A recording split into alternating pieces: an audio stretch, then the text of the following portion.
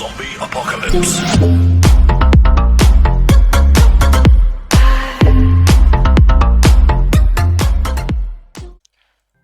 Всем привет! С вами это Неок Гейминг. У нас крайнее видео по Gloomhaven на данный момент. Последний из нерассмотренных мною классов призывающие. До выхода нового DLC Jaws of the Lion, который состоится в мае, если не ошибаюсь, 17-го. То есть последний класс, который, опять же, повторюсь, мы еще не рассмотрели, на который левелинг гайд я не записал. Поэтому давайте это сделаем. Давайте это сделаем. Как нам показывают в превью, мало урона наносит. Очень много карт сжигает из-за того, что много существ. Есть такая история. Но, как говорится, есть и свои плюсы. Очень много призывных существ, есть способности поддержки. И, в принципе, есть неплохие способности атаки. Мы на них остановимся поподробнее, поэтому поехали. Давайте сделаем так.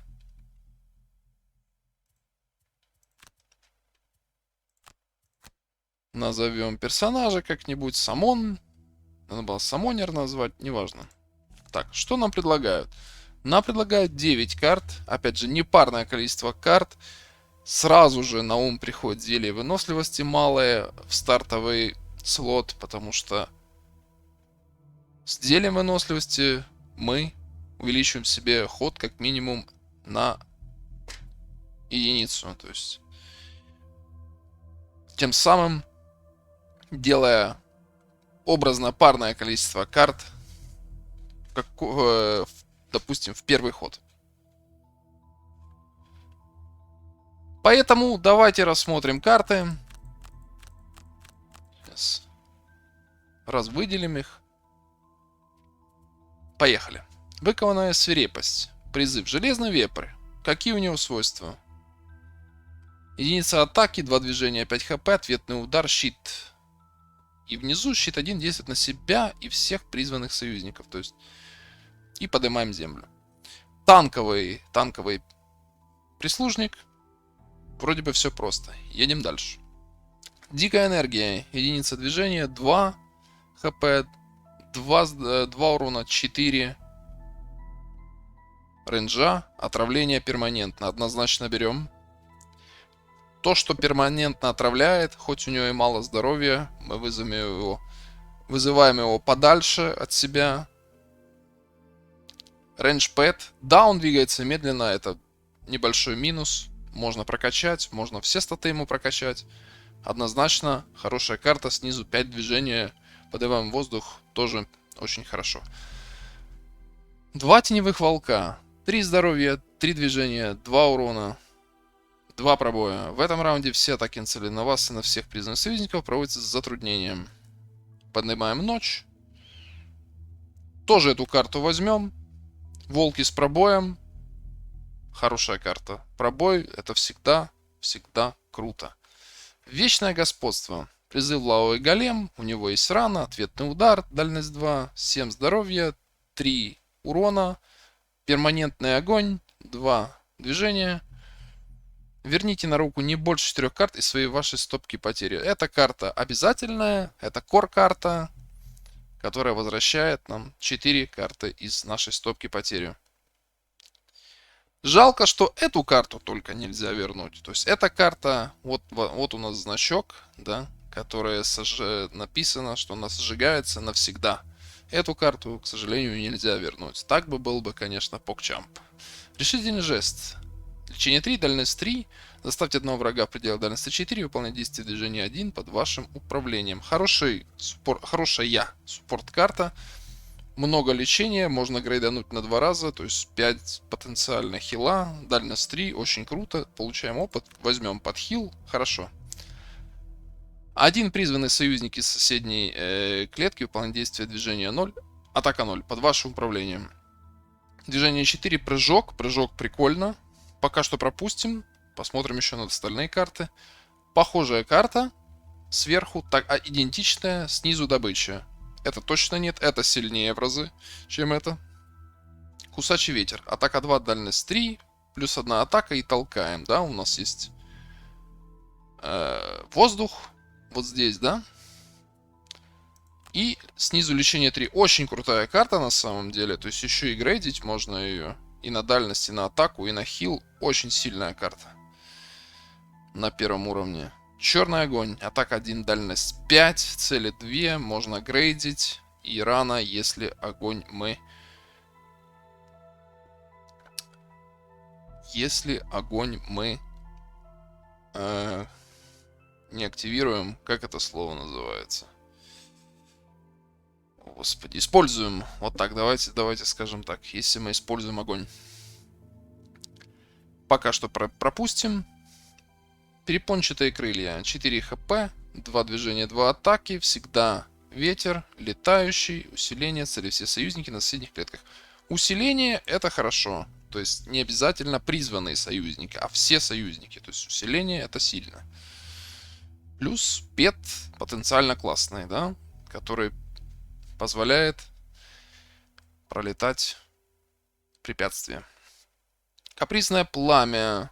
Единичка здоровья, 2 урона, 3 движения. При смерти атака 3, цели все враги в пределах дальности 2. То есть такая АОЕ штуковина, которая взрывается. Атака 2, дальность 3. В принципе, неплохо. Неплохой пет. Плюс снизу атака всегда круто. Поднимаем огонь. И невидимая лоза. Атака 1, дальность 3. Паралич. Очень сильная карта. Грейдится. Движение 2, лечение 1. Здесь на всех призванных союзников на соседних клетках. То есть можем подхилить людей. Можем...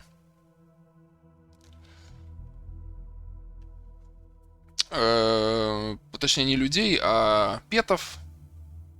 Двигаемся. И паралич на 3 цели. Это очень сильно. И давайте, поскольку у нас есть снизу здесь огонь, давайте возьмем черный огонь. Рано. Рано и есть рано. Едем дальше.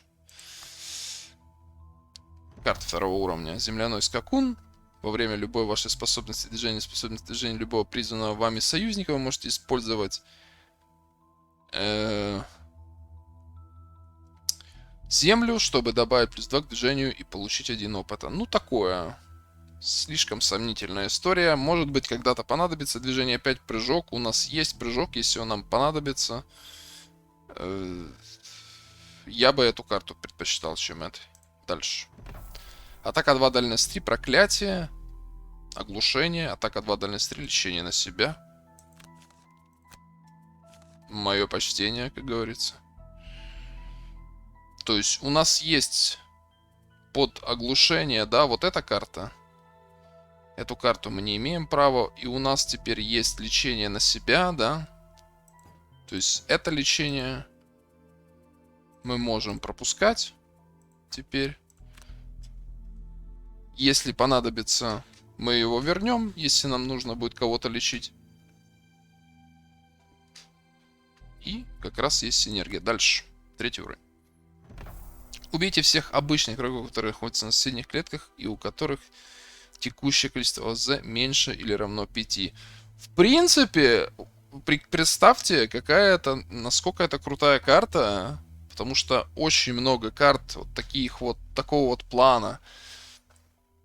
На больших уровнях. Да, она одноразовая, но убить всех, у которых ОЗ 5 или меньше, это очень круто. Потом. Так. Тут немножко отвлекли. И дальше. То есть по сравнению с старыми, точнее не старыми, с подобными образцами, очень много, допустим, их таких карт там на 6-м, 7-м, там даже на последних уровнях. И они тоже одноразовые, убивают одного врага. А здесь можно убить практически всех, да. То есть, в принципе, какое-то value есть. Призыв дух слизня. Танковый, опять же, товарищ, 4 хп, 3 движение, 1 атака, щит 2, перманентно, смятение, атака 2, дальность 3, паралич, проклятие. Ну, мне этот товарищ нравится. Танковый товарищ. Где у нас еще один танковый товарищ был? Нигде, да? Давайте вместо нетопыря поставим его, да? Нам нужен танк.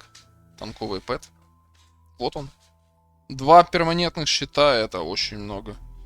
Это супер много. Едем дальше. 4 уровень. Живая гора. Призыв колосс. 7 хп. 3 атаки. Земля. Мало движения. Добыча. Слабенькая, как по мне. 1 или 2 призванных союзников при дальности 2 выполняет под вашим движением. Действие движения плюс 0 под вашим управлением. Либо атака. Ну, карта на управление призванными союзниками. Хорошая штука. Что я могу вам сказать? Хорошая штука. Какую-то атаку нужно убирать.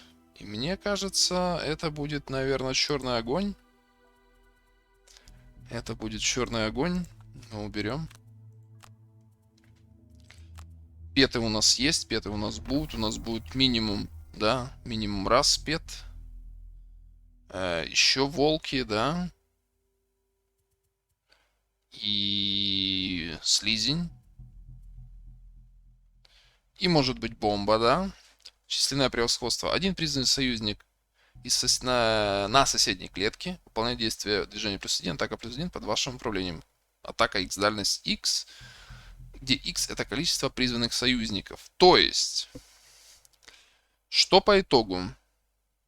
Раз, 3, потенциально, да? 4, 5, да?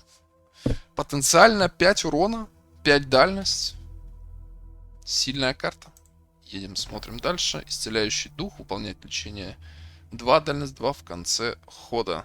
То есть аналог, да, по сути, лозы нашей шипомета.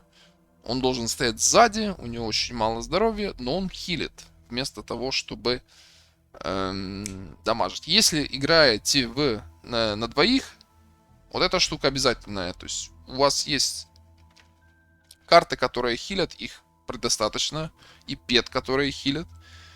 И вот эту штуку надо брать. Если вы играете вчетвером, мне кажется, оно не обязательно. Поэтому численное превосходство. Мое почтение, как говорится. Паралич мы не можем убрать, мне кажется. А что мы можем убрать? Наверное, будем убирать кусачий ветер. Что пока поделать? Пока уберем кусачий ветер, а там посмотрим. Вот эта карта слишком классная, чтобы ее убирать. Либо кусачий ветер оставим, да? Чтобы кого-то подхилять. А уберем вот это. Вот так. То есть тут выбор. Что нужнее? Призвать 3 колючих шара. 4 хп. 2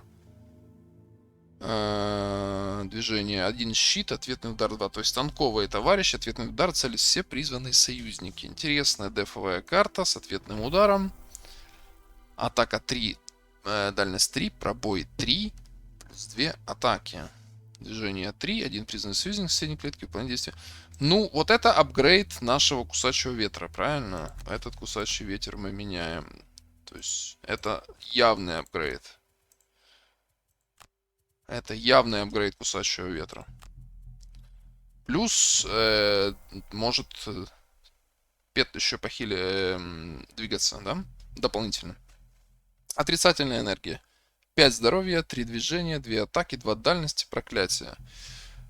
То есть такой своеобразный какой-то теневой элементаль, который с рейндж-атакой, которая проклинает. Опять же, проклятие. Цель: все враги, находящиеся на соседних клетках от одного любого призванного союзника. Массовое проклятие. Если вам везет на проклятие, Я же говорю, это для вас. Посох видения. Атака 5 в мили. С огнем 6 и рана, да, и смятение. Движение 3, усиление цели. Все союзники на соседних клетках. То есть хороший. Мне кажется, посох видений нужно брать. Хороший баф. Сильнее, чем вот это. Чем крылья. Плюс у нас есть опять же Fire где-то был еще. Остался. Да. И с помощью Fire мы можем еще дополнительный урон здесь нанести и рану. То есть что мы убираем? Можно убрать в принципе паралич, да?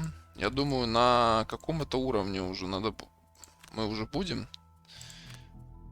На 7, да? Там уже у людей будут паралич у кого-то. В следующих 3 случаях получения урона признанного союзника они вместо этого не получают урон. Берите все карты с вашим с эффектом проклятия из вашей колоды модификаторов атаки, затем замешайте стопку сброса обратно в эту колоду. То есть такая очищающая штука, да? Ну вот это верхняя классная тема, да? Один призванный союзник пределом дальности 3 может усиленную атаку сделать 2, плюс рана, плюс отравление. Поменяйтесь местами с любым призванным союзником. На самом деле супер апгрейд вот этой карты, да? Либо брать... мне вот эта карта нужна, если, опять же, мне кажется, если вы играете на больших сложностях, плюс вы играете 2 человека. Здесь, мне кажется, я, поскольку я проходил и буду проходить на 4, я беру вот это. Но, говорю, та карта тоже имеет место быть, она очень хорошая. И это у нас прямой апгрейд вот этой карты, да. Да, движение не может сделать, но может сделать такую атаку, что как бы лучше не придумаешь. И 9 уровень, смотрим. Мастер порталов. Верните на руку не больше 2 карт из вашей... Движение 3 прыжок, то есть... Зачем эта карта на 9 уровне? Кто мне скажет, я не понимаю. Если у нас есть карта 1 уровня с... Вот это. Я не понимаю. В чем логика? Вот, опять же, я уже, когда гайды записывал, некоторые карты 9 уровня, ну просто смешно. Ну что это? Это что такое вообще? У нас есть такое. У нас есть 4. Зачем нам 2 на 9 уровне? Да, инициатива.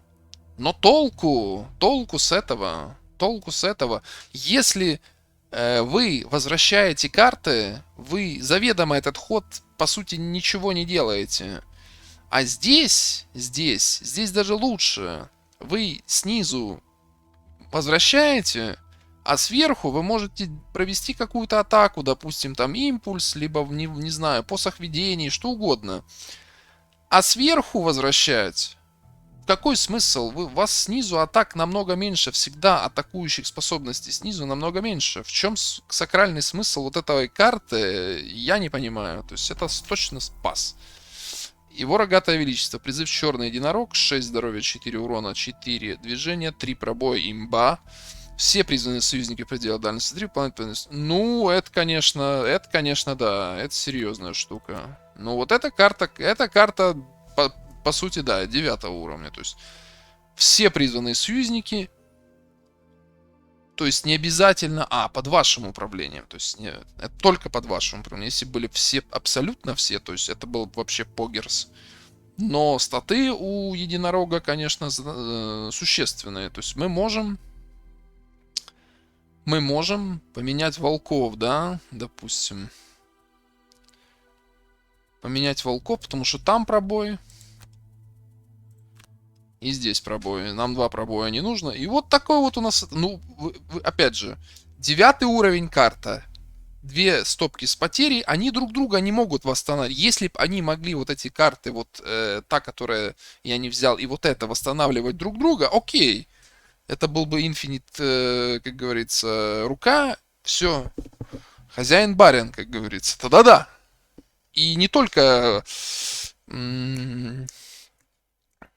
И не только у призывающей, еще у некоторых классов есть такая вот непонятная история.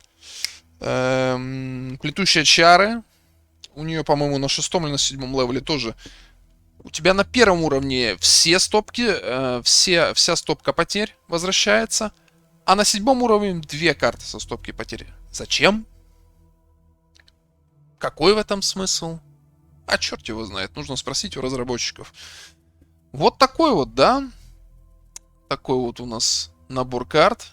Можно, опять же, там были варианты, если вы играете на двоих, там немножко другие пэты нужно взять. Поехали, смотрим перки. Минуса убираем. Сначала давайте даже так. Вот так вот негативные эффекты. Да, здесь и негативные эффекты сценария добавить 2. То есть негативные эффекты это must have. Так. Дальше смотрим. Стихии. Стихии, наверное. Плюс 2. И вот пример. Пример идеальных... пример идеальных перков. Никаких тебе там добавить цель. То есть иногда добавить цель, конечно, затащит. Но когда останется там, допустим, один враг там в комнате, либо какой-то сильный, либо босс, зачем вообще перки добавить цель? Кому они нужны? Вот пример идеальных перков. То есть куча минусов меняем. У нас один минус, один остается минус. Стихии. Да, у нас есть нули, понятное дело, но нету один минус, который перманентный, да, то есть это промах. Куча и плюс единичек. Есть раны, есть отравление, стихии, есть нули и плюс мы не восприимчивы к негативным эффектам сценария. Плюс еще может быть подхил. 6 перков подхила. Точнее, не перков, 6 карточек подхила. Ну, очень сильные перки у нее. По поводу лута смотрим. Там есть такая штука, как мантия призывателя. Мантия призыва, хорошая штука. Ваш ход выполнит действие лечения 2 на любого призванного союзника. И она восстанавливаемая, очень хорошо. Дальше. Очки. Мы особо не дамагер, да? Поэтому какой-нибудь нахил, типа амулет жизни, хорошо. Какой-нибудь талисман вдохновения, хорошо. Подвеска темных союзов еще лучше. Вот талисман вдохновения, да, вот мне кажется, наверняка наша цель. То есть мы такие суппорт-товарищи. Здесь обязательно мы начинаем мало зелья выносливости, зелье лечения и, скорее всего, ну, в принципе, все эти зелья маны хорошо у нас стихии есть. То есть большое зелье маны тоже хорошо. Зелье силы тоже нам пригодится. Плюс, опять же, вот здесь классные всякие еще фигурки сокола, да, череп, перстень череп и так далее. Петы. Очень-очень зайдут. Ну, можно всегда еще солнечную серьгу поставить, да, то есть не ошибка. Не ошибка. Насчет ботинок. Насчет ботинок здесь классно сапоги на инициативу. Вот они, сапоги проворства. Наша как бы цель там, которые уменьшают или увеличивают инициативу. Соответственно, у нас много карт с низкой инициативой. То есть, чтобы повышать, вот нам нужны эти сапоги именно, мне кажется. Потому что, повторюсь, сначала плюс 10, минус 10, а потом плюс 20. Очень хорошая штука, потому что зачастую все призывные карты с низкой инициативы. Поэтому увеличить, уменьшить, ну точнее увеличить, здесь противоречиво, да.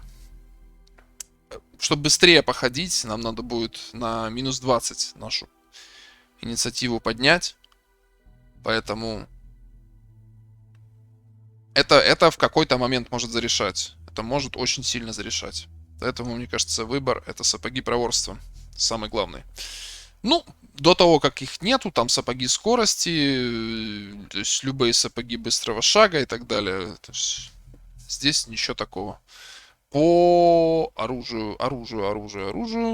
Так. Здесь, по-моему, есть посох призыва. Ваш один призванный союзник, вот это хорошо. Посох призыва тоже замечательно. Можно какую-то атакующую штуку. Можно, точнее, не атакующую, можно защитную, типа